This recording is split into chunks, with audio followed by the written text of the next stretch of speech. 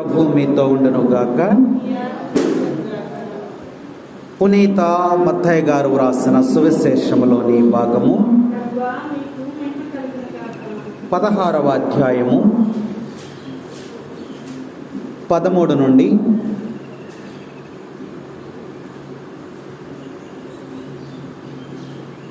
20వ వచనం వరకు చదువుకుందాం. తరువాత యేసు ఫిలిప్పు కైసరియా ప్రాంతమునకు వచ్చెను.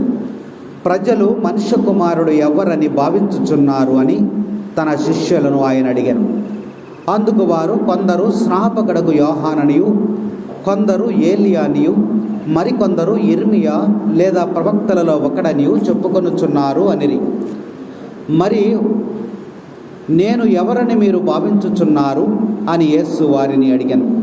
అందుకు సీమోను పేతురు, నీవు సజీవుడకు దేవుని కుమారుడవైన క్రీస్తువు అని సమాధానమిచ్చను. యోనాపుత్రుడవగు సీమోను, నీవు ధన్యుడవు. నీకు ఈ విషయములు తెలియజేసినది పరలోకమందున్న నా తండ్రియే కాని రక్తమాంసములు కావు. నీవు పేతురువు, ఈ రాతి మీద నా సంఘమును నిర్మించెదను. నరశక్తులు దీనిని జయింపజాలవు. నేను నీకు పరలోక రాజ్యపు తాళపు చెవులనిచ్చెదను. భూలోకమందు నీవు దేనిని బంధింతువో అది పరలోకమందును బంధింపబడును. భూలోకమందు నీవు దేనిని విప్పుదువో అది పరలోకమందును విప్పబడును. ఇట్లు చెప్పి తాను క్రీస్తునని ఎవరితోనూ చెప్పబలదని తన శిష్యులను గట్టిగా ఆదేశించెను. ఇది క్రీస్తుని సువిశేషము. Praise the Lord, praise the Lord. తండ్రి వందనం, తండ్రి స్తోత్రం, యేసువా వందనం, యేసువా స్తోత్రం. Praise the Lord, praise the Lord, praise the Lord. ప్రభువునందు ప్రియ సహోదరి సహోదరులారా, ఈనాటి మొదటి పట్టణము, రెండవ పట్టణము సువిశేషాలు ద్వారా ప్రభు మనల్ని ఒక ప్రశ్నిస్తూ ఉన్నారు. ఏమిటి ఆ ప్రశ్న అంటే, సువిశేషములో 15వ వచనాన్ని ఒకసారి మనం జ్ఞాపకం చేసుకుందాం. సువిశేషము చూడండి, మళ్ళీ ఒకసారి చదవమది. మరి నేను ఎవరినని మీరు భావించుచున్నారు? ప్రభువునందు ప్రియ సహోదరి సహోదరులారా, ఈ యొక్క సువిశేషంలో మనం చూసినట్లయితే ప్రభువు మనల్ని ఇక్కడ ప్రశ్నిస్తూ, ఆనాటి కాలంలో శిష్యులను ప్రశ్నించిన విధముగా ఈరోజు మనల్ని కూడా ఆయన ప్రశ్నిస్తూ ఉన్నారు. ఏమిటి ఆ ప్రశ్న అంటే, నన్ను గురించి మీరు ఏమని అనుకుంటూ ఉన్నారని ప్రభు ఈరోజు మనల్ని అడుగుతూ ఉన్నారు. అయితే నీ దృష్టిలో నేను ఎవరిని? ప్రభు సూటిగా మనల్ని అడుగుతూ ఉన్నారు. నీ దృష్టిలో నేనెవరిని? యేసు ప్రభు స్వయముగానే మాట్లాడుతూ ఉన్నారు. మరి అయితే ఇక్కడ మొదటి 13వ వచనంలో మనం చూసినట్లయితే యేసు ప్రభు ఏ ఊరు వచ్చాడు? ఏ ఊరు వచ్చాడు యేసు ప్రభు? ఫిలిప్పు కైసరియా ప్రాంతమునకు వచ్చెను. యేసు ప్రభు సువార్త పరిచర్య చేసుకుంటూ అక్కడక్కడి నుంచి ఎక్కడికి వచ్చాడు? ఫిలిప్పు కైసరియా ప్రాంతమునకు వచ్చాడు. ప్రజలు మనుష్య కుమారుడు ఎవరిని భావించుచున్నారని తన శిష్యులను ఆయన అడిగాను. అప్పుడు శిష్యులను పిలిచాడు. శిష్యులు కూడా ఆయన వెంటే ఉన్నారు. అప్పుడు అడుగుతున్నాడు, శిష్యులను పిలిచి, అయ్యా, వీళ్ళందరూ నన్ను ఏమనుకుంటున్నారు? ఈ మనుష్య కుమారుణ్ణి ఏమనుకుంటున్నారు అని చెప్పి అడిగాడు యేసు ప్రభు. అడిగితే వాళ్ళు ఏమన్నారు? కొందరు స్నాపకుడకు యోహాననియు, ఏమనుకుంటున్నారంట? అయ్యా, మిమ్మల్ని యోహాను గారు అనుకుంటున్నారు. ఓహో, అలాగా. కొంతమంది ఏమనుకుంటున్నారు? ఏలియా ప్రవక్త అనుకుంటున్నారు. కొంతమంది ఏమనుకుంటున్నారు? ఇర్మియా అనుకుంటున్నారు. కొంతమంది ఏమనుకుంటున్నారు? ఎవరో ఒక ప్రవక్త వచ్చాడు అని అనుకుంటున్నారు అన్నారు. అది యేసు ప్రభు చక్కగా విన్నాడు. అని సరే, వాళ్ళ సంగతి అలా పెట్టండి. అసలు మీరేమనుకుంటున్నారు? మిగతా వాళ్ళ సంగతి అలా పెట్టండి. దేవాలయానికి రాని వాళ్ళ సంగతి అలా పెట్టండి. వచ్చినటువంటి మీరేమనుకుంటున్నారు? యేసు ప్రభు సూటిగా ఆయన ప్రశ్న అడుగుతూ ఉన్నాడు. ఈ ప్రశ్నకు మనము జవాబు చెప్పవలసినటువంటి బాధ్యత ఉంది. నీ హృదయంలో ఒకసారి జ్ఞాపకం చేసుకో. యేసు ప్రభు నిన్ను ప్రశ్నిస్తూ ఉన్నారు, నీతో మాట్లాడుతున్నారు. ఇప్పుడు ఆయన ఏమంటున్నారంటే, నన్ను గూర్చి నువ్వేమనుకుంటున్నావు, నేను ఎవరని నువ్వు అనుకుంటున్నావు అని అడుగుతున్నప్పుడు నీ సమాధానం ఏంటి? చెప్పండి, నీ సమాధానం. నీ సమాధానం ఏంటి? బైబిల్ గ్రంథంలో మరి దీనికి చక్కని క్రీస్తు ఎవరు అనేటువంటి ప్రశ్నకు ఈ యొక్క నూతన వేదములో చక్కని జవాబులు చక్కగా వ్రాయబడి ఉన్నాయి. ఇది ఏ ఒక్కరికో సంబంధించినటువంటిది కాదు, ప్రతి ఒక్కరిని ప్రభు అడుగుతున్నాడు. దేవాలయంలో కూర్చున్నటువంటి మనందరినీ కూడా, ప్రతి ఒక్కరిని, నేనెవరిని, నీ దృష్టిలో నేనెవరిని అని ప్రభువు అడుగుతూ ఉన్నాడు. ఇప్పుడు నీ సమాధానం ఏంటి చెప్పు. మరి నీ సమాధానం ఏంటో చెప్పు. నేను ప్రభు అడుగుతున్నాడు కదా. యోహాను శుభవార్త 4వ అధ్యాయము, యోహాను శుభవార్త 4వ అధ్యాయము 10వ వచనం చదువు.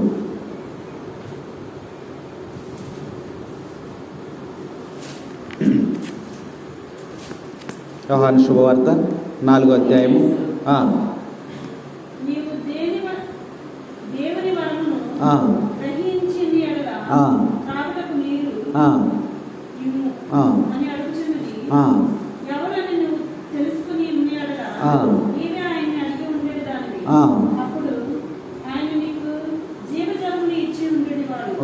జీవజలమును ఇచ్చినాడు. సమరియా స్త్రీని గురించి ఇక్కడ ప్రభువు మాట్లాడుతూ ఉన్నాడు. సమరియా స్త్రీ గురించి ప్రభువు మాట్లాడుతూ ఇక్కడ వాక్యంలో మనకు చక్కగా వ్రాయబడి ఉంది. నేనెవరిని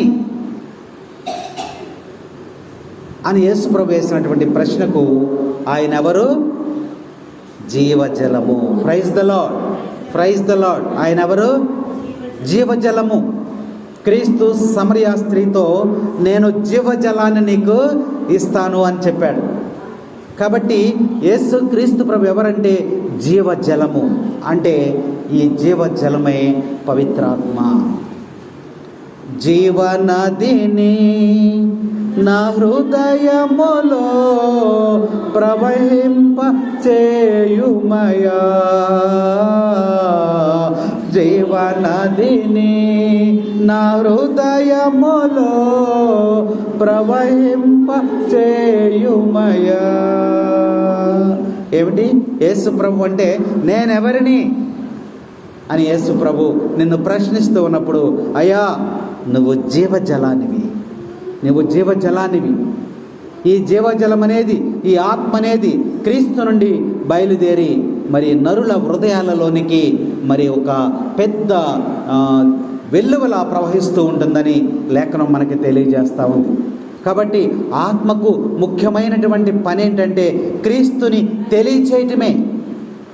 అందుకనే ఈ సువిశేషములో పేతురు గారు నువ్వు సజీవుడమైనటువంటి దేవుని కుమారుడివై అన్నప్పుడు అది నీకు తెలియజేసింది ఎవరు? నీ శరీర రక్త మాంసములు కాదు, పరలోకమందున్న.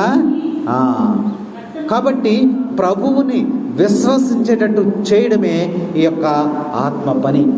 కాబట్టి ప్రభువు నిన్ను అడిగితే నేనెవరిని అని నిన్ను అడుగుతా ఉంటే, అయ్యా నువ్వు జీవజలానివి, ఎవరైనా జీవజలానివి అని చెప్పి సమాధానము నూతన వేదంలో మనకు దొరుకుతూ ఉంది. మరి ఇక రాత్రికాల సమయంలో ఒకవేళ యేసయ్య నీ దర్శనంలో కనపడి నేనెవరిని, నా గురించి నీ దృష్టిలో నేనెవరిని అని అడిగితే నువ్వేం చెప్పాలి? సమాధానం జీవజలమయ్యా నువ్వు అని చెప్పి చెప్పాలి. Praise the Lord, praise the Lord. ఇంకొక వాక్యం చూద్దాం, చూడండి. యోహాను శుభవార్త 6వ అధ్యాయము 68వ వచనాన్ని ఒకసారి మనం జ్ఞాపకం చేసుకుందాం.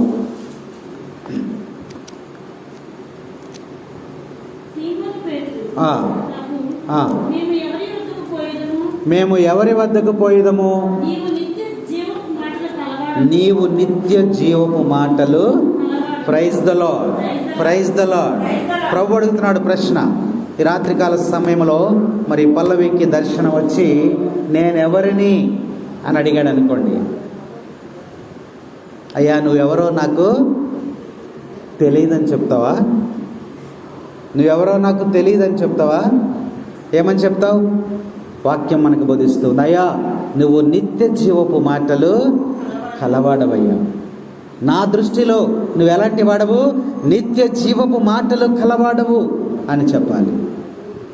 నీ మాట జీవము గలదయ్యా యేసయ్యా, నీ మాట సత్యము గలదయ్యా, నీ మాట జీవము గలదయ్యా యేసయ్యా, నీ మాట సత్యము గలదయ్యా, నీ మాట మార్పు లేనిదయ్యా యేసయ్యా, నీ మాట మరిచిపోనిదయ్యా, నీ మాట మార్పు లేనిదయ్యా యేసయ్యా, నీ మాట మరిచిపోనిదయ్యా.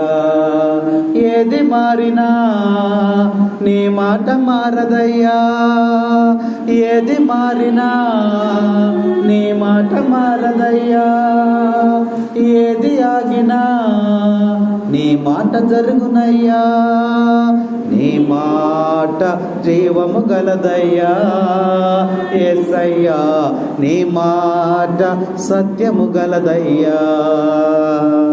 ప్రభునందు ప్రియ సహోదరి సహోదరులారా, నేనెవరిని అనే ప్రభువు నిన్ను అడిగితే నువ్వేం చెప్పాలి? నీవు నిత్య జీవపు మాటలు కలవాడవయ్యా. పేతురు ప్రభువుతో మాట్లాడుతూ ఉన్నాడు, నీవు నిత్య జీవపు మాటలు కలవాడవయ్యా అని ఇక్కడ వాక్యంలో అంటున్నాడు. అంటే ప్రభు యొక్క పలుకులు లేక ప్రభు యొక్క బోధనలు మనకు నిత్య జీవాన్ని అందిస్తూ ఉంటాయి. ఆయన మాట పరలోకానికి చేరుస్తూ ఉంది. ఆయన మాటను ఎవరైతే ఆలకిస్తారో వారు పరలోకంలోనికి ప్రవేశిస్తారు, నిత్య జీవాన్ని పొందుకుంటారు, మోక్ష భాగ్యాన్ని పొందుకుంటారు. అందుకనే క్రీస్తు పలుకులు అనేవి సువిశేషములో చక్కగా వ్రాయబడి ఉన్నాయి. అందుకే పేతురు గారిని అంటున్నాడు, అయ్యా నీకు ఈ విషయాన్ని తెలియజేస్తున్నది నీ శరీర రక్త మాంసములు కాదు, పరలోకమందున్న నా తండ్రి నీకు ఈ విషయాన్ని తెలియజేశాడని ఈ యొక్క వాక్యం మనకి తెలియజేస్తూ ఉంది. కాబట్టి రోజువారీ జీవితంలో మనల్ని నడిపించేది నిత్య జీవ మాటలు కలవాడు అయినటువంటి యేసయ్య మనల్ని నడిపిస్తున్నాడని ఇక్కడ వాక్యం మనకు చక్కగా తెలియజేస్తూ ఉంది. కాబట్టి యేసయ్య మరి నిన్ను బాధలలో, కష్టాలలో, మరి శోధనలో, బలహీనతలలో ఆయన మాటల ద్వారా నిన్ను నడిపిస్తూ ఉన్నాడని ఇక్కడ వాక్యం మనకి స్పష్టంగా తెలియజేస్తా ఉంది. కాబట్టి ప్రభువు నేనెవరిని, నీ దృష్టిలో నేనెవరిని అని అడిగినప్పుడు ఒకటేంటమ్మా, అయా నువ్వు జీవజలానివయ్యా, నా దృష్టిలో నువ్వు జీవజలానివి. రెండవ అంశం ఏంటమ్మా, నీవు నిత్య జీవపు మాటలు కలవాడవయ్యా అని మనము ప్రభుకి సమాధానము చెప్పవలసినటువంటి అవసరం ఉన్నది. ఇంకొక వాక్యాన్ని మనం ధ్యానించుకున్నట్లయితే, మరి ఇంకొకరికి దర్శనమిచ్చి ప్రభువు నిన్ను అడిగితే నీ దృష్టిలో నేనెవరిని అని అడిగితే నువ్వేం చెప్పాలి సమాధానం? మత్తయి శుభవార్త 13వ అధ్యాయము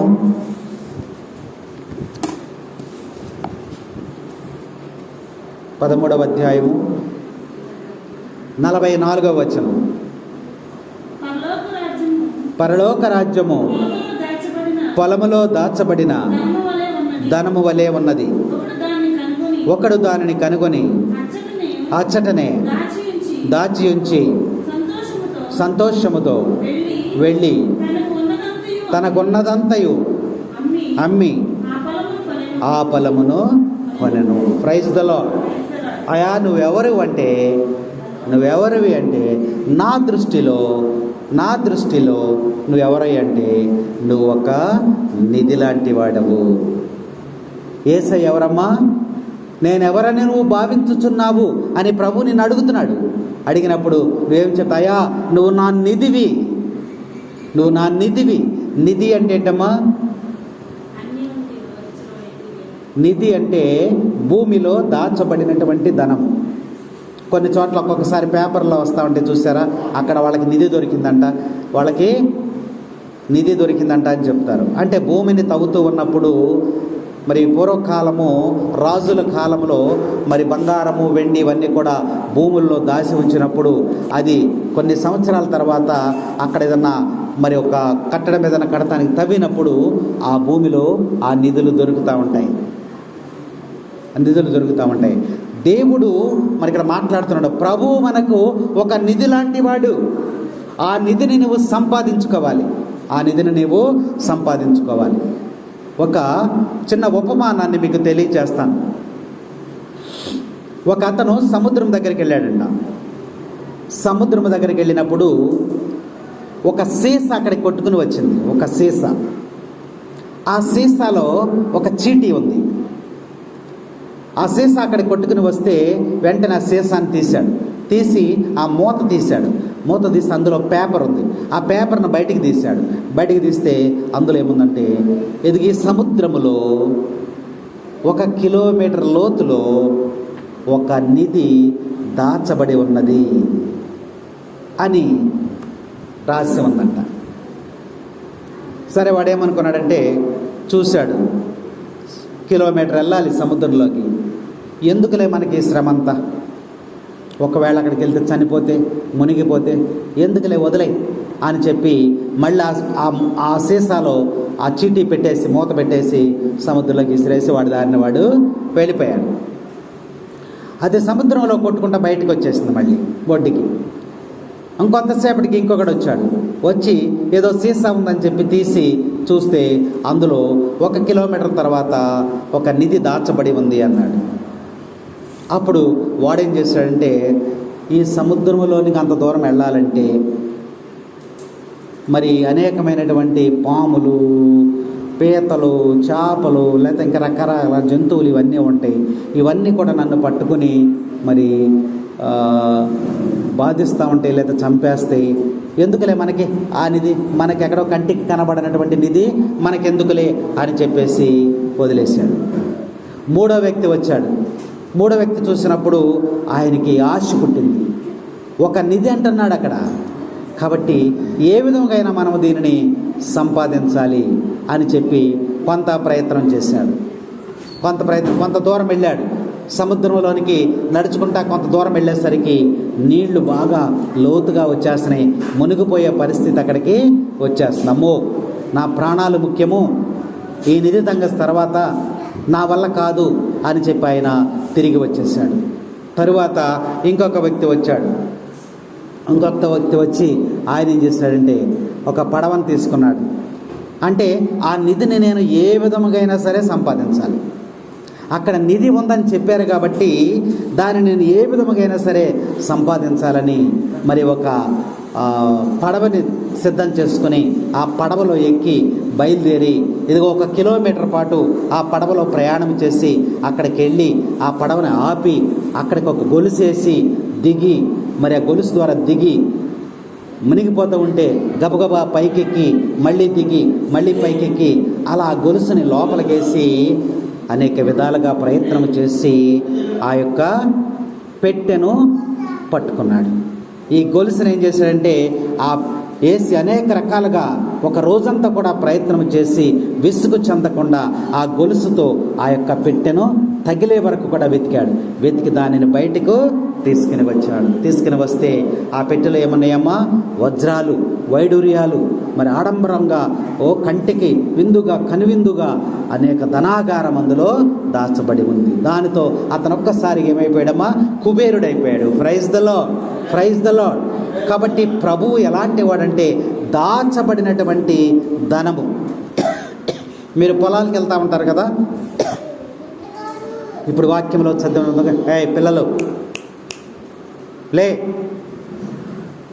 లేగాలి అక్కడ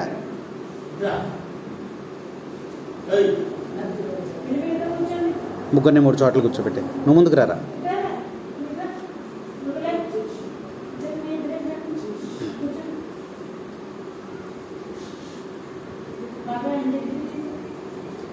మత్తయి శుభవార్త 13:44 మనం చూసినట్లయితే అక్కడ మనకేమో రాయబడి ఉందో చూడండి. భూమిలో దాచబడినటువంటి ధనం అంట. పొలం వెళ్ళి దుక్కు దున్నుతున్నారు. ఇప్పుడంతా కూడా కాలం అదే కాబట్టి పొలంలో దుక్కు దున్నుతున్నాం. దున్నుతా ఉండగా ఆ పొలంలో ఏం కనపడిందంట? డబ్బు దాచబడినటువంటి ధనము బాక్స్ కనపడింది. ధనం ఉంది, అందులో ఒక నిధి దాచబడి ఉంది. ఆ పొలంలో దున్నుతా ఉన్నప్పుడు అది కనబడింది. ఆ పొలం ఎవరిది? ఆ పొలం నాది. దుక్కు దున్నేది ఎవరు? నువ్వు వెళ్ళి దున్నుతున్నావు. దున్నినప్పుడు నీకేం కనపడింది? నా పొలంలో నిధి కనపడింది. ఇప్పుడు నువ్వేం చేసావంటే కాముగా ఇంటికి వచ్చేసావు. ఇంటికి వచ్చి నాకు చెప్పలా, అయ్యా నీ పొలంలో ధనం ఉంది, దాచబడినటువంటి నిధి ఉంది అని నాకు చెప్పలా. చెప్పకుండా ఏం చేసావంటే, అయ్యా నీ పొలం నమ్ముతావా అని అడిగావు. నేనన్నాను, నేను దూర ప్రాంతంలో ఉన్నాను కదా, ఎక్కడ ఉన్నాను, ఉద్యోగం చేసుకుంటా దూర ప్రాంతంలో ఉన్నా. అయ్యా నా పొలం మీద ఆదాయం రావట్లేదు కాబట్టి నేను పొలం నమ్మేస్తానన్నాను. అప్పుడు నువ్వేం చేసావంటే, నీకు కొంటాకి డబ్బులు లేవు, అయినప్పటికీ కూడా నువ్వేం చేసావు? నీకున్నదంతయు అమ్మివేసి, అంటే నీకు బండి ఉందో, ఎడ్లు ఉన్నాయో, లేదా ఇంటి స్థలం ఉందో, ఇల్లు ఉందో, ఏముందో, నీకున్నదంతా కూడా అమ్మేసేసి ఆ ధనముతో నువ్వేం చేసావు? నా యొక్క పొలాన్ని నువ్వు కొనేసావు. నా పొలమును కొనటం వల్ల నీకు లాభం ఏంటి? అందులో ఏముంది? నిధి ఉంది. ఎప్పుడైతే నా పొలాన్ని నువ్వు సొంతం చేసుకున్నావో, నా పొలానికి నువ్వు యజమానుడైపోయావో, ఆ నిధి అంతా కూడా నీదే.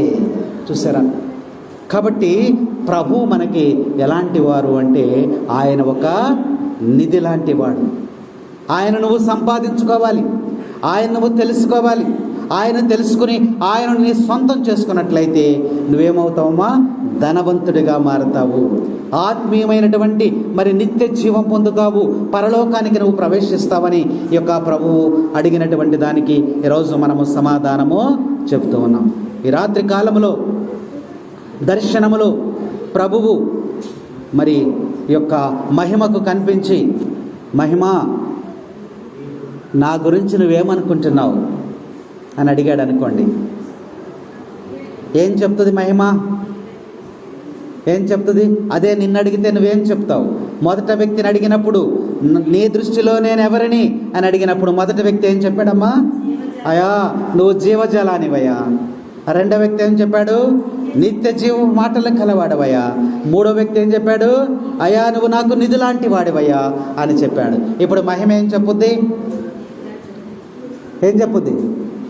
అయ్యా నువ్వు నాకు వెలుగువయ్యా, నువ్వు నాకు వెలుగువ. యోహాను శుభవార్త 8:12 చూడమ్మా.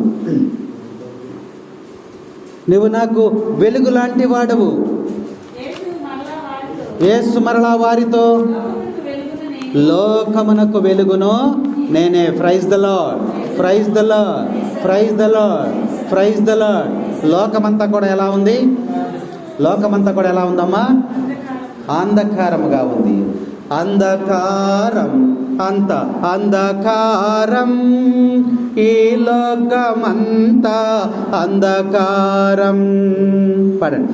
అంధకారం, అంత అంధకారం, ఈ లోకమంతా అంధకారం. వెలుగును చూపుము నా ప్రభువా, కాంతిలో నడుపుము నా దేవా. వెలుగును చూపుము నా ప్రభువా, కాంతిలో నడుపుము నా దేవా. అంధకారం, అంత అంధకారం, ఈ లోకమంతా అంధకారం. ఈ లోకమంతా కూడా అంధకారములో ఉంది, చీకటిలో ఉంది, పాపములో ఉంది. కానీ ప్రభు అంటూ ఉన్నాడు, మహిమ ఏమంటుందమ్మా? ఏమంటుందామే? అయా నీవు నాకు వెలుగు లాంటి వాడవు. ప్రభు అంటున్నాడు, ఈ లోకమునకు వెలుగును నేనే. అంటే ప్రభువు తన యొక్క ప్రేమతో, తన యొక్క కరుణ, తన యొక్క జాలి, తన యొక్క దయతో మన హృదయంలోని చీకట్లన్నీ కూడా తొలగించేటువంటి వాడు, తొలగించి వెలుగుతో నింపేటువంటి వాడు. అందుకనే భక్తుడు ఎప్పుడు కూడా ఎక్కడ నడవాలి? వెలుగులో నడవాలి. మనం ఏదైనా ప్రయాణం చేస్తున్నాం అనుకోండి, చీకటిలో మనం నడుస్తూ ఉంటామా? నడవలేం. చీకటిలో ప్రయాణం చేసేటప్పుడు ఏం చేస్తాం? ఒక లైట్ తీసుకుని మనం వెళతాం. ఎందుకనంటే చీకటిలో వెళుతున్నప్పుడు సరైనటువంటి మార్గము నీకు దొరకదు, సరైనటువంటి మార్గము నీకు కనపడదు. అంటే నేను పగలే నడుస్తున్నాను కదండి అని అనుకుంటాం. కానీ మనం ఏ చీకటిలో ఉన్నామో ఆత్మీయమైనటువంటి చీకటిలో ఉన్నాం. దేవుడు అంటే తెలియని స్థితిలో, దేవాలయం అంటే తెలియని స్థితిలో. దేవాలయానికి వెళ్ళే దారి తెలుసా? దేవాలయానికి వెళ్ళే దారి తెలుసా? అది తెలియనప్పుడు నువ్వు చీకటిలో ఉన్నట్టే లెక్క. ప్రభువు చెప్పేది ఏంటంటే, ఇదిగో ఈ దారిని వెళ్ళటం అనేది కాదు, ఆత్మీయమైనటువంటి స్థితిని గురించి దేవుడు ఇక్కడ మనతో మాట్లాడుతున్నాడు. ఆత్మీయమైన వెలుగును మనకు ప్రసాదిస్తాడు. నువ్వు ఎందుకనంటే దేవాలయానికి రాలేకపోతున్నావు. ఎందుకు రాలేకపోతున్నావు? నీకు దారి తెలియటిలా, చీకటిలో ఉన్నావు, శోధనలో ఉన్నావు, పాపములో ఉన్నావు, లోకములో ఉన్నావు. కాబట్టి నీకు మార్గము తెలియక దేవాలయానికి రాలేకపోతూ ఉన్నావు. అందుకనే ప్రభు అంటున్నాడు, ఈ లోకమునకు వెలుగును నేనే. భక్తుడు ఎప్పుడు కూడా వెలుగు మార్గంలో నడవాలి, వెలుగు దగ్గరికి రావాలి, చీకటి దగ్గరికి వెళ్ళకూడదు. అందుకనే ప్రభువు తెలుస్తున్నాడు, చీకటి అనేది తనలోనికి రానియకుండా చూసుకోవాలి అంటే నీ దగ్గర ఏముండాలి? వెలుగు అనేది ఉండాలి. అందుకనే ప్రభు అంటున్నాడు, ఈ లోకమునకు వెలుగును నేనే. ఒకవేళ దర్శనములో నన్ను గూర్చి నీవేమనుకుంటున్నావు అని ప్రభువు నిన్ను ప్రశ్నిస్తే, అయ్యా నీవి లోకమునకు వెలుగులాగా నాకు వెలుగయ్యా నువ్వు అని చెప్పాలి. సమరయ స్త్రీ ఏం చెప్పింది? లేటుగా వచ్చిన వాళ్ళు చెప్తారు. సమరయ స్త్రీ ఏమని చెప్పింది? అయ్యా నువ్వు జీవజాలానివయ్యా అని చెప్పింది. రాత్రికాల దర్శనంలో మరి రాత్రి కాల సమయంలో సుగుణకి దేవుడు దర్శనమిచ్చి, సుగుణమ్మా నన్ను గురించి నువ్వేమనుకుంటున్నావు అని దేవుడు నిన్ను అడిగితే నువ్వేం చెప్తావు? నువ్వు ప్రతి ఆదివారం దేవాలయంకి వస్తున్నావు కదా, ప్రార్థన జరుపుతున్నావు కదా, జపమాలు చెప్తున్నావు కదా, ఇవన్నీ దైవ కార్యాలు చేస్తూనే ఉన్నావమ్మా, నా గురించి నువ్వేమనుకుంటున్నావని ప్రభు నిన్ను అడిగితే అప్పుడు నువ్వు నిద్రలో లేచి ఏం చెప్తావు? యోహాను శుభవార్త 6వ అధ్యాయము 48వ వచనం. సుగుణముకి ఈ వాక్యం వచ్చింది, చూసుకో సుగుణం ఒకసారి. యోహాను శుభవార్త 6వ అధ్యాయము 48వ వచనములో, జీవాహారమును నేనే. Praise the Lord, praise the Lord, praise the Lord. ఏం చెప్పాలమే? అయ్యా నువ్వు జీవాహారానివయ్యా. నా దృష్టిలో నువ్వెవరవయ్యా? జీవాహారానివి. అందరికీ ఆహారం అవసరమే. పూర్వవేదాన్ని మనం పరిశీలన చేసినట్లయితే మరి ఇశ్రాయేలు ప్రజలు ఆకలితో అలమటిస్తూ ఉన్నప్పుడు వారు ప్రార్థించగా దేవుడు ఏమిచ్చాడమ్మా? మన్నా అనేటువంటి భోజనాన్ని ఇచ్చాడు.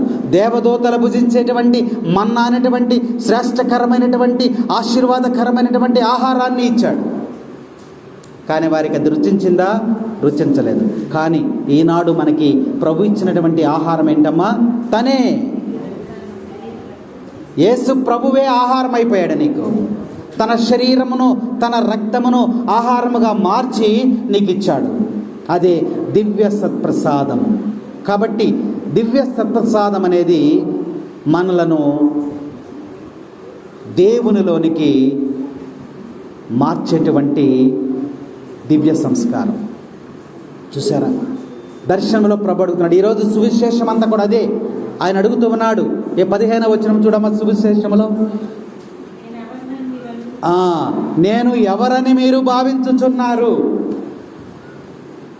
అని అడిగినప్పుడు, అయ్యా నీవు జీవాహారానివి, నన్ను ఆత్మీయుగా పెంచి పోషించేటువంటి జీవాహారానివి, నా ఆత్మకు బలాన్ని చేకూర్చేటువంటి జీవాహారానివి, నా దప్పిక తీర్చేటువంటి నీ యొక్క రక్తాన్ని నేను పానము చేస్తూ ఉన్నాను. అయా నువ్వు జీవాహారానివి. కాబట్టి ఆధ్యాత్మికమైనటువంటి ఆహారాన్ని, క్రీస్తు శరీర రక్తాల్ని నువ్వు స్వీకరించడం ద్వారా నువ్వు ఆధ్యాత్మికంగా బలపడతావు. నిన్ను బలపరిచి విశ్వాసంలో నిన్ను నడిపించి నిన్ను నిత్య జీవంలోకి చేర్చేవాడు యేసయ్య అని నువ్వు సమాధానము చెప్పాలి. Praise the Lord, praise the Lord, praise the Lord. మరి యేసు ప్రభు రాత్రికాల సమయంలో శారమ్మని దేవుడు దర్శనమిచ్చి నేనెవరిని అని ప్రశ్నిస్తే శారమ్మ ఏం సమాధానం చెప్తావు? ఒక ఆమె చెప్పింది కదా, అయ్యా నువ్వు జీవజలానివయ్యా అని చెప్పింది. రెండవ ఆమె చెప్పింది నీ మాటలు నిత్య జీవ మాటలు కలవాడవయ్యా అంది. ఇంకొకరు ఎవరు చెప్పారు? నువ్వు నాకు నిధి వంటి వాడివయ్యా అని చెప్పింది. ఇంకొకళ్ళు అయ్యా నువ్వు నాకు వెలుగయ్యా, ఈ లోకమునకే వెలుగయ్యా నువ్వు అని చెప్పింది. ఇంకొకళ్ళు ఏమని చెప్పారు? అయ్యా జీవాహారం అయ్యా అని చెప్పింది. మరి ఇప్పుడు శారమ్మ ఏం చెప్పుద్ది? శారమ్మకి బైబిల్ గ్రంథం నుంచి వచ్చినటువంటి వాక్యాన్ని ఒకసారి చూద్దాం. యోహాను శుభవార్త 5వ అధ్యాయము 15వ అధ్యాయము 5వ వచనం. యోహాను శుభవార్త 15వ అధ్యాయము 5వ వచనం.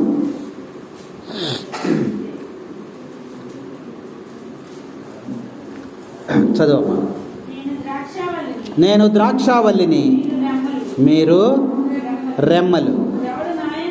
ఎవడు నాయందు ఉండునో, ఎవని యందు ఉండునో అతడు అధికముగా.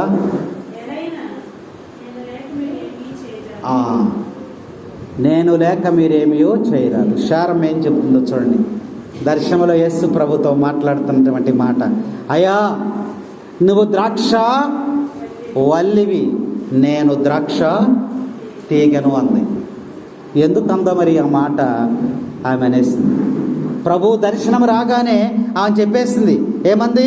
అయా నీవు ద్రాక్ష తీగవు, నేను ద్రాక్ష రెమ్మను. ఏంటి దీని అర్థం? నన్ను గురించి మీరేమని భావించుచున్నారు అని అడిగితే మనము చెప్పవలసినటువంటి సమాధానం ఏంటయ్యే, అయా నువ్వు ద్రాక్షావల్లివి, నేను రెమ్మను. దీని అర్థం ఏమిటంటే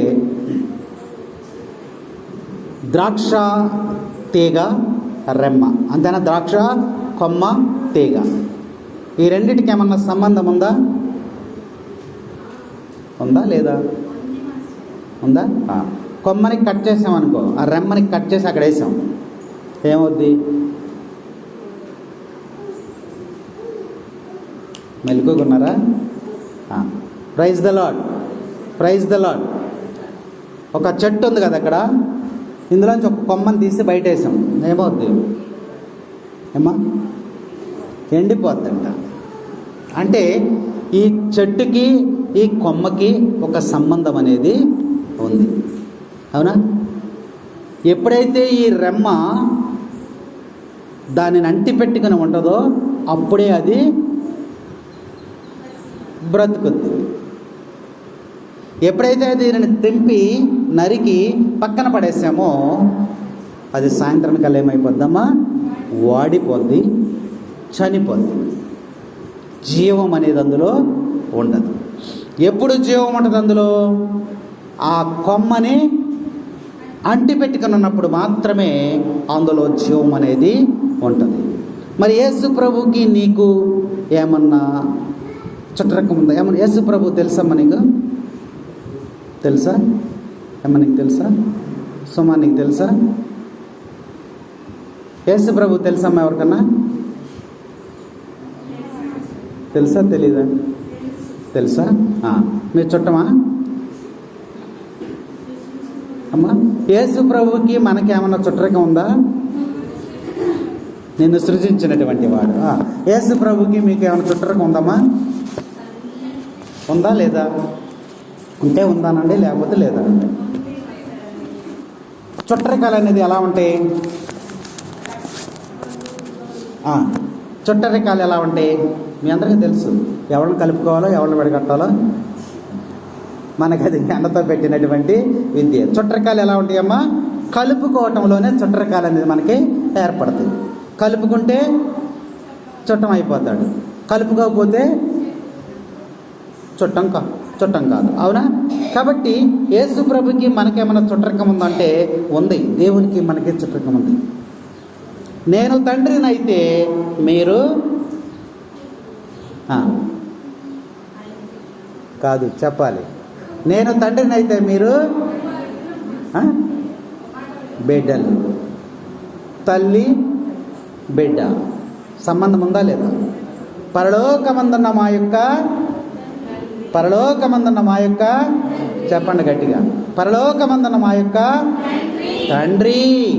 దేవుణ్ణి ఏమని పిలుస్తున్నావు? నువ్వు తండ్రి అని పిలుస్తున్నావు అంటే నువ్వేమవుతావు? బిడ్డనవుతావు. మరి ఆయనకి నీకు సంబంధం ఉందా లేదా? చుట్టరికం ఉందా లేదా? తండ్రి బిడ్డల యొక్క సంబంధము ఉంది.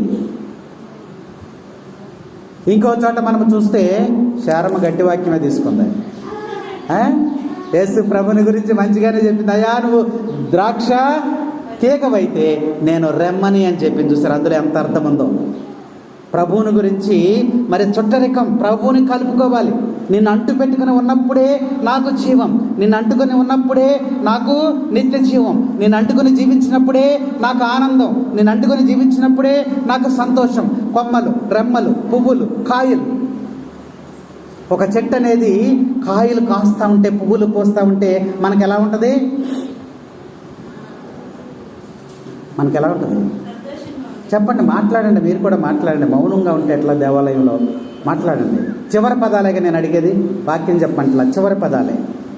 ఒక చెట్టు అనేది మీరు చెట్టు పెడతారు కదా, పువ్వులు పూసి కాయలు కాస్తుంటే మీకు ఎలా ఉంటుంది? చాలా సంతోషంగా ఉంటుంది. కాబట్టి దేవుడు నిన్ను ఒక చెట్టులాగా భూమి మీద నాటాడు. నువ్వేం చేయాలి? ఫలించాలి, పుష్పించాలి, కాయలు కాయాలి. చూసి దేవుడు ఏం చేస్తాడు? నిన్ను చూసి ఆయన సంతోషపడతాడు. అవునా? కాబట్టి ఆయనకి మనకి ఉన్న సంబంధము తండ్రి బిడ్డలు సంబంధం ఉంది. ఇంకా మనం అడుగుతూ ఉంటాం, ఇంకేం సంబంధం ఉంది? బైబిల్ గ్రంథంలో మనం చూసినట్లయితే ఆయన కొమ్మరి, నేను జిగట మన్నుని. వాక్యంలో ఇర్మియా గారు మాట్లాడుతూ ఉంటాడు. అక్కడ ఏమంటాడు? అయా నువ్వు పరమ కొమ్మరివి, నేను జిగట మన్నుని. కొమ్మరికి మట్టికి సంబంధం ఉందా లేదా? ఉంది. నువ్వు మట్టి లాంటి వాడవు. యేసయ్య ఎవరో కొమ్మరి. మట్టిని ఏం చేస్తాడమ్మా? ఒక ముద్దలాగా ఉన్న మట్టిని, ఒక శుద్ధలాగా ఉన్న మట్టిని, ఇదిగో అక్కడ పక్కన పడవేసి ఉన్నటువంటి మట్టిని ఆ కొమ్మరి ఏం చేస్తున్నాడమ్మా? తీసుకుని దాని యొక్క చక్రం మీద వేసి దానికి అందముగా పాత్రను తయారు చేస్తూ ఉన్నాడు. Praise the Lord, praise the Lord. కాబట్టి జిగట మన్నులాగా ఉన్న మనలని పరమ కుమ్మరి అయినటువంటి యేసయ్య ఒక అందమైనటువంటి పాత్రగా, ఉపయోగపడేటువంటి పాత్రగా మనను తయారు చేస్తూ ఉన్నాడు.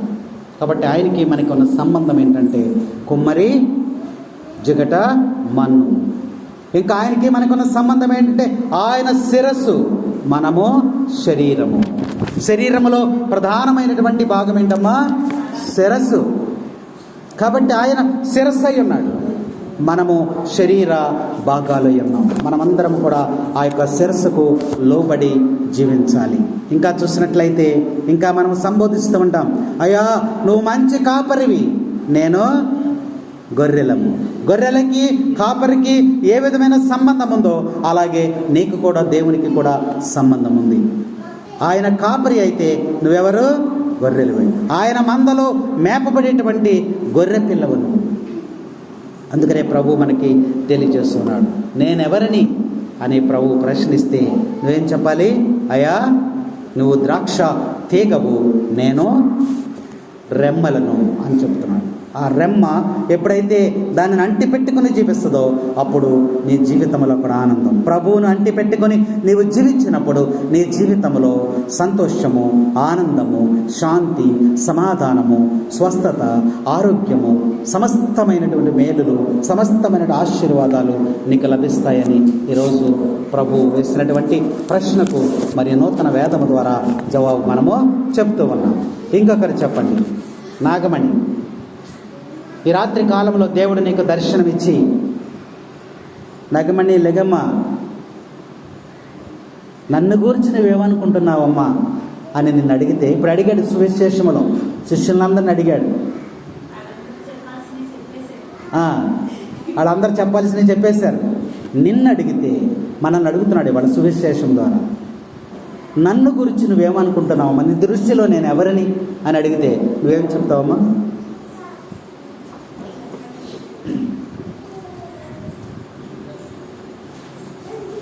ఏం చెప్తావు? ఏం చెప్పవా? నువ్వెవరో నాకు తెలియదయ్య అంటావా? యోహాను శుభవార్త 15వ అధ్యాయము 15వ వచనం చదవమ్మా.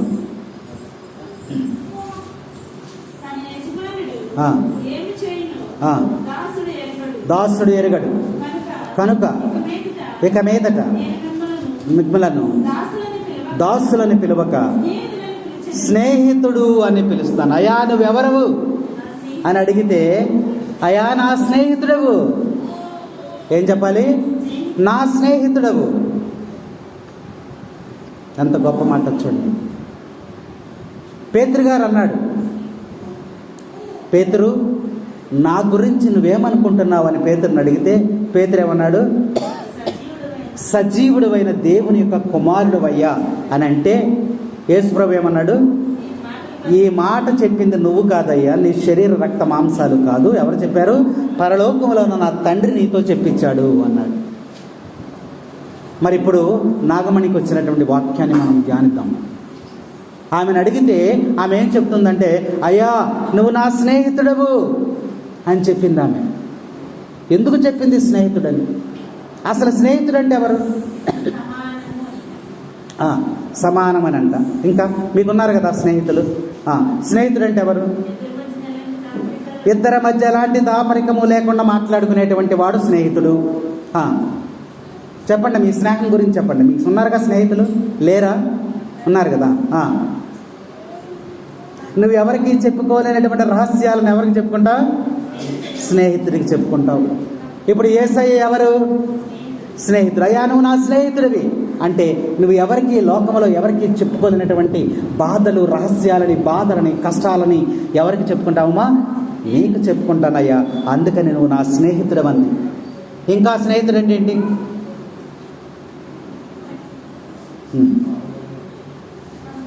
నీ బాగుబోగులు కోరేటువంటి వాడు నిజమైనటువంటి స్నేహితుడు. నువ్వు కష్టాలలో ఉన్నప్పుడు ఆదుకునేటువంటి వాడు స్నేహితుడు. ఇంకా ఒకరి ఏళ్ళ ఒకడు నమ్మకముగా ఉండేటువంటి వాడు స్నేహితుడు. ఇంకా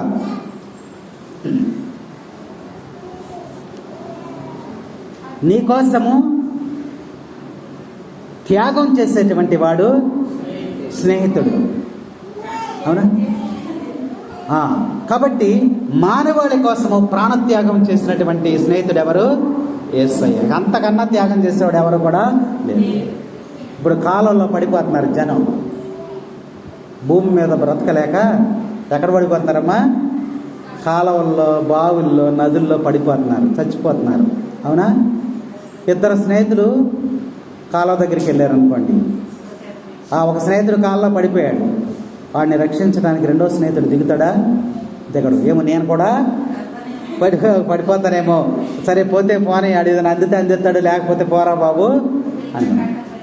నీ కోసము ప్రాణత్యాగం చేసేటువంటి వారు ఎవరు కూడా లేరు. అందుకని ప్రభువే నీ స్నేహితుడు. నీ కోసము సులువు మీద తన ప్రాణత్యాగం చేసినటువంటి వాడెవరమ్మా? యేసయ్య. అందుకని ఆ ఉద్దేశంతో నాగమణి ఏమంటుంది? అయ్యా నువ్వు నాకు స్నేహితుడవయ్యా, నా నిమిత్తము, నేను పొందవలసిన బాధల నిమిత్తము, నేను పొందవలసిన మరణము నిమిత్తము, నా స్థలములో నేను ఉండవలసిన చోట ఎవరున్నారు? నువ్వున్నావు. కాబట్టి నువ్వు నా స్నేహితుడవయ్యా. ఇద్దరు స్నేహితులు బండి మీద వెళ్తున్నారంట.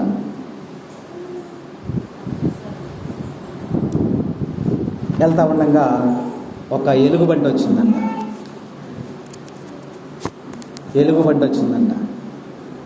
వచ్చేసరికి గబగా బండి అక్కడ పడేసేసారు. ఒకడు ఏం చేశారు? గబగబా చెట్టు ఎక్కేసాడంట. వీళ్ళిద్దరూ ప్రాణ స్నేహితులే, స్నేహమే. ఎలుగుబంటి వచ్చేసింది కాబట్టి చంపేస్తుంది కాబట్టి ఒకడు ఏం చేసేసాడు? ఈయన వదిలేశాడు. ఇక వదిలేసి గబగబ ఏం చేశాడు, చెట్టు ఎక్కేశాడు. ఒకరి కింద ఉండిపోయాడు. ఈడు ఆడెక్క చూస్తున్నాడు, ఏం చేయాలి అర్థం కావట్లా. ఎలుగుబంటి దగ్గరికి వచ్చేసింది. ఈడు ఒక్కసారి ఏం చేశాడు, చిన్న సిలువు గుర్తు తీసుకున్నాయా, నువ్వే నన్ను రక్షించని చెప్పి గబక్కన కింద పడిపోయాడు. పడిపోయి గాలి ఆడకుండా చచ్చిపోయినలాగా బీసుకుపోయాడు అనమాట. గాలి ఆడతలేక అయితే అవుద్ది, లేకపోతే అయితే ఆత్కూరు, లేకపోతే గణాత్కూరు అనుకుని ఏం చేశాడు, పడుకుని బట్టుగా బీసుకుపోయాడు చచ్చిపోయినలాగా.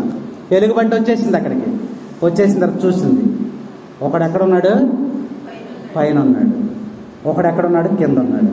ఆడెంక చూసింది కానీ చెట్టు ఎక్కడానికి ఎన్ని అవకాశం లేక సరే వీడి దగ్గరికి వచ్చింది. దగ్గరికి వచ్చి ముక్కు దగ్గరికి, చెవు దగ్గరికి వచ్చి చూసింది వాసన. వీడు ఎలా ఉన్నాడు, ఇక బీసిపోయి ఉన్నాడు. వీడు చచ్చిపోయాడు అనుకుని ఎలుగుబంటు వెనక్కి వెళ్ళిపోయింది. ఎలుగుబంటికి ఉన్న లక్షణం ఏంటో తెలుసా, చచ్చిపోయిన వాటిని తిందది. చచ్చిపోయిన వాటిని తిందది, చంపుకొని తింటది. ఇప్పుడు వీడు చచ్చిపోయాడు కదా దాని దృష్టిలో, అందుకని వెళ్ళిపోయింది. అది వెళ్ళిపోయిన తర్వాత వీడు లేచాడు. లేస్తే ఆడు దిగొచ్చాడు. దిగొచ్చి ఎరా ఒక ప్రమాదం వచ్చింది, ఒక ఆపద వచ్చింది, ఆ సమయంలో ఇద్దరూ కలిసి దాన్ని ఎదుర్కోవాలి, కానీ నన్ను విడిచిపెట్టి నువ్వు వెళ్ళిపోతావా, మనం ఎంత స్నేహంగా ఉన్నామో, నన్ను విడిచిపెట్టి నువ్వు వెళ్ళిపోతావా. ప్రాణాపాయ పరిస్థితులలో స్నేహం అనేది ఏమైపోయిందమ్మా, ఉండదు. ఇక నిజమైనటువంటి స్నేహము లేదు. పైగా వాడు ఏమంటున్నాడంటే, వీడి దగ్గర అడిగి, అరే ఎలుగుబంటు నీ చెవులు ఏంటి చెప్పింది, నీ చెవు దగ్గరికి వచ్చి మాట్లాడింది ఏం చెప్పింది అని అడిగాడు. అడిగితే వాడు చెప్పాడు తెలివిగా, ఎలాంటి వాళ్ళతో స్నేహం చేయొద్దని చెప్పింది, ఎలాంటి వాళ్ళతో స్నేహం చేయొద్దని చెప్పింది, నువ్వు నిజమైనటువంటి స్నేహితుడు కాదని చెప్పింది. కానీ ఇక్కడ ప్రభు ఎలాంటి వాడు, నిజమైనటువంటి స్నేహితుడు. Praise the Lord, praise the Lord. ఇంకొక వచనాన్ని మనం ధ్యానం చేసుకుందాం. ప్రభువు ఈ రాత్రికాల దర్శనములో మరి వాక్యములో మనం బోధించుకున్నట్లయితే, మరి రాత్రికాల దర్శనంలో మరి నితిన్ని తెల్లవారుజామున దేవుడు దర్శనమిచ్చి నితిన్ అడుగుతున్నాడు, అయ్యా నువ్వు యువకుడిగా ఉన్నావు, యువకుడిగా ఉన్నావు, నన్ను గూర్చి నువ్వేమనుకుంటున్నావు అని ప్రశ్నిస్తే నితిన్ ఏం చెబుతాడు, నితిన్కి ఏ వాక్యం వస్తూ ఉంది అనే లేఖనాలు మనం చూసినట్లయితే మార్కు శుభవార్త 3వ అధ్యాయం చూడమా. మార్కు శుభవార్త 3వ అధ్యాయము 27వ వచనం.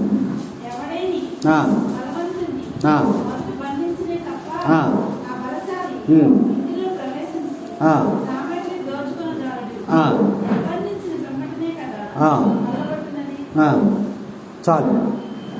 అయ్యా నువ్వు ఎలాంటి వాడవు, నువ్వు బలవంతుడినే జయించేటువంటి బలవంతుడవు. Praise the Lord, praise the lord.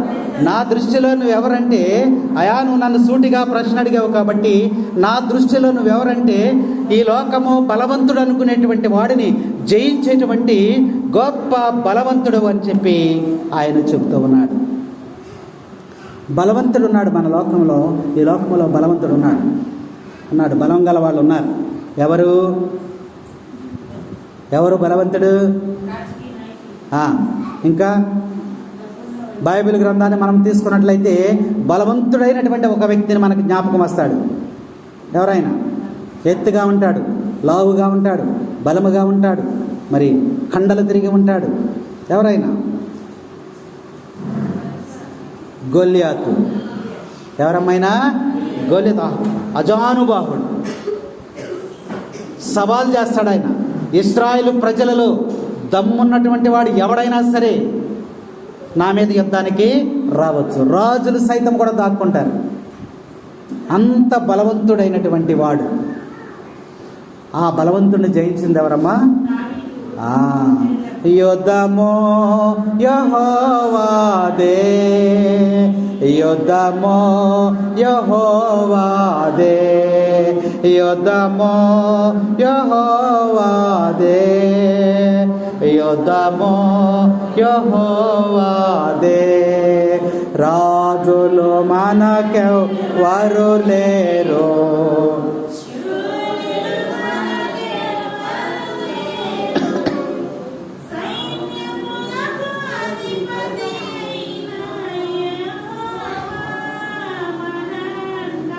యుద్ధము యెహోవాదే, యుద్ధము యెహోవాదే, యుద్ధము యెహోవాదే, యుద్ధము యెహోవాదే. యుద్ధం ఎవరు చేస్తున్నారు అక్కడ? యుద్ధానికి గొల్లియాతు మీదకి యుద్ధానికి ఎవరు వెళ్ళారు? దావీదు వెళ్ళాడు. దావీదు ఎంత ఉంటాడు? పొట్టివాడు. మరి వాడు అజానుబాహుడు. ఏం చేశాడు? చిన్న రాయితో చంపేశాడు. ఆయన అంటున్నాడు, దావీదు యుద్ధానికి వెళ్ళేటప్పుడు ఏం చేశాడు? ప్రార్థన చేసుకుని వెళ్ళాడు. నా బలవంతుడైనటువంటి నా దేవుని యొక్క సహాయంతో నేను యుద్ధం చేయడానికి బయలుదేరుతూ ఉన్నాను, ఏమనుకుంటున్నావు నువ్వు అని చెప్పి గొల్లియాతుని, నువ్వైతే యుద్ధానికి ఎలా వచ్చావు? నువ్వు ఖడ్గముతో వచ్చావు, డాలుతో వచ్చావు, ఆయుధాలతో వచ్చావు. నేను ఎలా వచ్చాను? నా దేవుణ్ణి నమ్ముకుని వచ్చా, బలవంతుడైనటువంటి నా దేవుని నమ్ముకుని నేను యుద్ధానికి వచ్చా అని చెప్పి ఒడిసెలు తిప్పి కొట్టినప్పుడు ఒకే ఒక్క రాయితో ఆ బలవంతుడైనటువంటి వాడు ఏమైపోయాడమ్మా? కూలిపోయాడు. కాబట్టి నా దేవుడు ఏమంటున్నాడు? నిత్యం ఏమంటున్నాడు? నా దేవుడు బలవంతుడైనటువంటి దేవుడు. చూసారా అయ్యా, నువ్వు నాకు బలవంతుడైనటువంటి దేవుడు అయ్యా. చూసారా, పడవలో ప్రయాణం చేస్తున్నారు శిష్యులు. యేసయ్య పడవలో ప్రయాణం చేస్తున్నారు. పడవ మధ్యలోకి వెళ్ళింది. ఎలాగనే వచ్చేసిందాం, అక్కడ భయంకరమైనటువంటి తుఫాను వచ్చేసింది. సముద్రము అలలు లేచి పడిపోతా ఉన్నాయి, పైకి లేచిపోతా ఉన్నాయి అలలు. శిష్యులందరూ కూడా ఏమైపోతున్నారు? భయపడిపోతూ ఉన్నారు. అప్పుడు యేసుప్రభు ఏం చేస్తున్నాడమ్మా?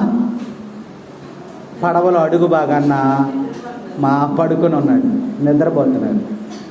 అప్పుడు వెళ్ళి, అయ్యా భయంకరమైన తుఫాను వచ్చేస్తుంది, సముద్రము నీరు మనల్ని ముంచేస్తుంది, మీరేంటి ప్రశాంతంగా పడుకుని ఉన్నారు అన్నప్పుడు, నీలో విశ్వాసం లేదా? నీలో విశ్వాసం లేదా అని ప్రభువు లేచి అప్పుడు అన్నాడు. ఏమన్నాడమ్మా? సముద్రము ఆగు అన్నాడు. ఒకే ఒక మాట. ఏమన్నా? సముద్రం ఏమైపోయిందమ్మా? నెమ్మది వచ్చేసింది, ప్రశాంతత వచ్చేసింది. సముద్రాన్ని ఆపేటువంటి బలము ఎవరికి ఉంది? ఎవరికన్నా ఉందా?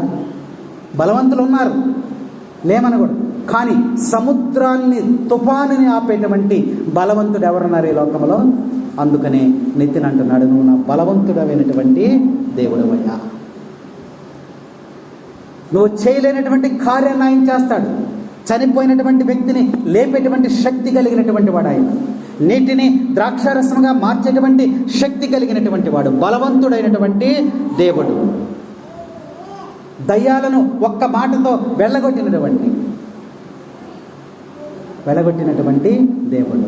అందుకనే వాక్యం మనకి హెచ్చరిక చేస్తా ఉంది. ఈరోజు ప్రభు దర్శనములో నన్ను గూర్చి నీవేమనుకుంటున్నావయ్యంటే, నువ్వు బలవంతుడైనటువంటి దేవుడవయ్యా.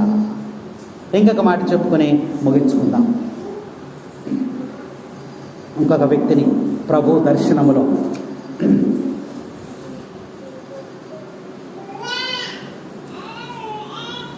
నన్ను గురించి నీవేమనుకుంటున్నావయ్యా అని అడిగినట్లయితే, రాత్రికాల సమయంలో మరి చింపురేకు దర్శనమిచ్చి దేవుడు నన్ను గురించి నువ్వేమనుకుంటున్నావయ్యా అని అడిగాడు. ఆ పిల్లని బయటికి తీసుకెళ్ళండి. ఎవరు పిల్ల? ఎవరు లేరా? బయటికి తీసుకెళ్ళమ్మా, బయట ఆడుతుంది. కాసేపు నీ దగ్గర పెట్టుకో. వరండాలోకి అటు కాదు, ఇటు వెళ్ళి.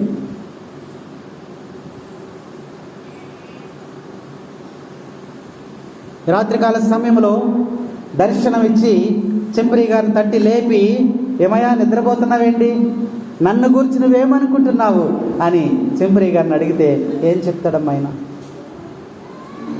మత్తయి శుభవార్త 9వ అధ్యాయము. ఎవరికి వచ్చిన వాక్యం వారికి గుర్తుపెట్టుకోండి. అందరికీ ఉన్నాయి వాక్యాలు, కానీ మీరు వినాలిగా. మత్తయి శుభవార్త 9వ అధ్యాయం 12వ వచనం.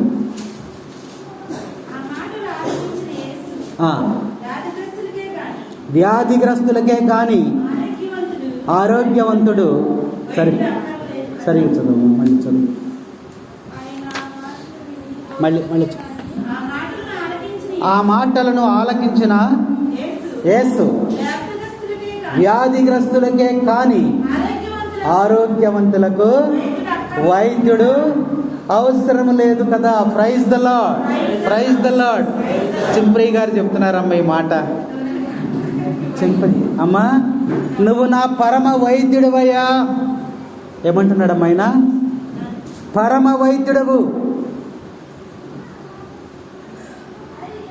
ఆయన అడుగుతున్నాడు దేవుడు ఈరోజు వాక్యంలో, అయ్యా శిష్యులు ప్రజలు ఏమనుకుంటున్నారంటే నా గురించి, కొంతమంది యోహానని అనుకుంటున్నారు, కొంతమంది ఏలియా అనుకుంటున్నారు, కొంతమంది ఇర్మియా అనుకుంటున్నారు, కొంతమంది ఎవరో ఒక ప్రవక్త అనుకుంటున్నారు. సరే, వాళ్ళ సంగతి అలా పెట్టేసే పక్కనే, నువ్వేమనుకుంటున్నావయ్యా నా గురించి అని యేసు ప్రభు స్వయంగా ఆయన ప్రశ్నించినప్పుడు ఆయన, అయ్యా నువ్వు నా పరమ వైద్యుడివయ్యా, నా పరమ వైద్యుడివయ్యా అని చెప్తూ ఉన్నాడు. వైద్యుడు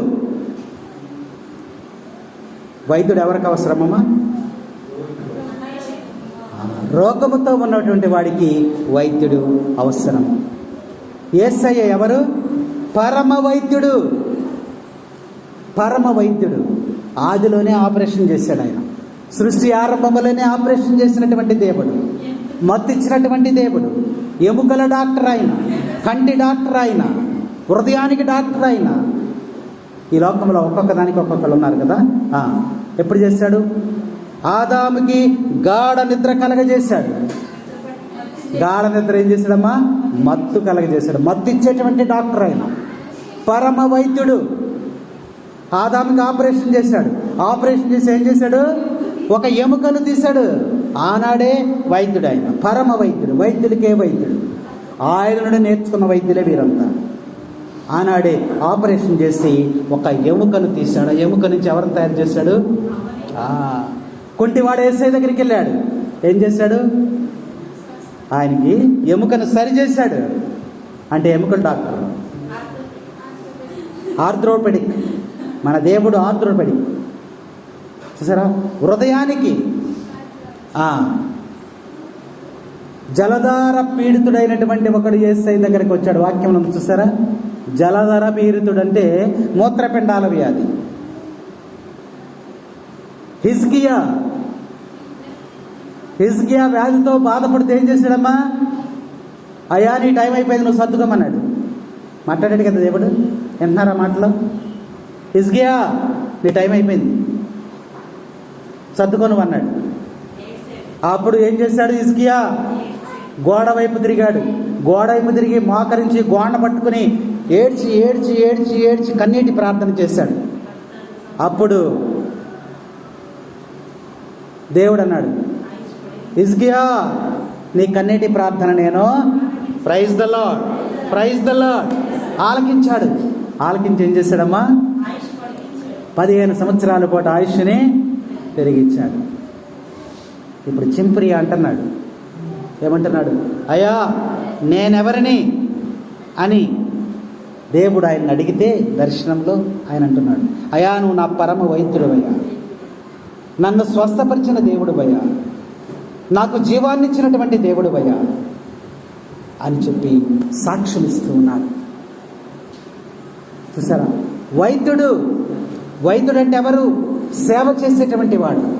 వైద్యుడు సేవ చేసేటువంటి. ఒక గాయం అవుతుంది, ఒక పుండు అవుతుంది, నిన్ను పట్టుకోమంటే నువ్వు పట్టుకుంటావా? అమ్మో పుండు నేను పట్టుకోనంటావు. కానీ వైద్యుడు ఏం చేస్తాడు? పట్టుకుంటాడు, క్లీన్ చేస్తాడు, శుభ్రపరుస్తాడు. అలాంటి దేవుడు నీ యేసయ్య.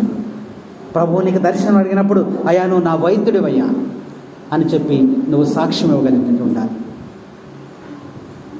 పాపులకు పశ్చాత్తాపాన్ని పుట్టించి పాప మాలిన్యాన్ని తీసివేసేటువంటి పరమ వైద్యుడైన.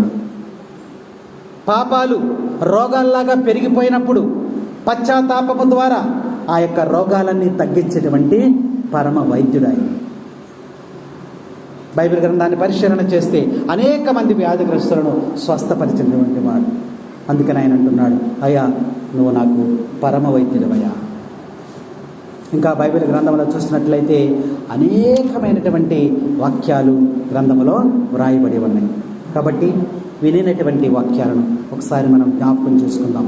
యేసయ్య ఈ ప్రశ్నలు మిమ్మల్ని అడుగుతున్నారు, నన్ను గురించి మీరేమనుకుంటున్నారు? ప్రతి ఒక్కరికి కూడా ఈ ప్రశ్న. యేసయ్య దర్శనములో నన్ను గురించి మీరేమనుకుంటున్నారు? మీ దృష్టిలో నేను ఎలా ఉన్నాను అని అడిగినప్పుడు ఒకళ్ళకి వచ్చింది మొట్టమొదట. ఏం చెప్పారమ్మ వాళ్ళు? జీవజలమును. పల్లవికి వచ్చినటువంటి వాక్యం ఏంటమ్మా? అయా నువ్వు జీవజలానివయ్యా అని చెప్పింది. రెండో వ్యక్తి నిత్య జీవపు మాటలు కలవాడవయ్యా అని ఒకళ్ళు చెప్పారు. మూడో వ్యక్తి నీవు నా నిధివయ్యా అని చెప్పారు. నాలుగో వ్యక్తి ఏం చెప్పారు? నీవు నాకు వెలుగువయ్యా. ఐదో వ్యక్తి ఏం చెప్పారు? నువ్వు నాకు జీవాహారమునయ్యా. సుగుణమ్మ నీకేమొచ్చింది? జీవాహారం. గుర్తుపెట్టి కదా, జీవాహారం అని చెప్పింది. తర్వాత శారమ్మ ఏం చెప్పావు? నువ్వు ద్రాక్షావల్లివి, నేను తీగనయ్యా అన్నాడు. నిత్యుడు నీకేమొచ్చింది? బలవంతుడైనటువంటి దేవుడవయ్యా అని చెప్పాడు. నాగమణి నీకేమొచ్చింది? నువ్వు నా స్నేహితుడవయ్యా అనే వాక్యం వచ్చింది. చింపరీకేమో ఒక వాక్యం వచ్చింది, నా వైద్యుడవయ్యా అనే వాక్యం వచ్చింది. ఇంకా అందరికీ కూడా అన్ని వాక్యాలు గ్రంథములు ఇక్కడ రాయబడి ఉన్నాయి. మరి వీటన్నిటినీ ధ్యానించుకోవడానికి చాలా సమయం పడుతుంది. కాబట్టి ప్రభు మీకు దర్శనము కలిగితే దర్శనంలో మీరు చెప్పండి, అయా నీవు సిలువ మీదకి ఎత్తబడిన వాడవని విశ్వసిస్తున్నానయ్యా. నువ్వు ఒక మంచి బోధకుడవని నేను అనుకుంటున్నానయ్యా. నీవే నాకు మార్గమయ్యా, నీవే నాకు ద్వారమయ్యా. ఇంకా గ్రంథంలో అనేకమైనటువంటి వాక్యాలు ఉన్నాయి. అయా నన్ను గురించి నీవేమనుకుంటుంటే, అయా నువ్వు నాకు సేవకుడివయ్యా, నువ్వు న్యాయాధిపతివయ్యా,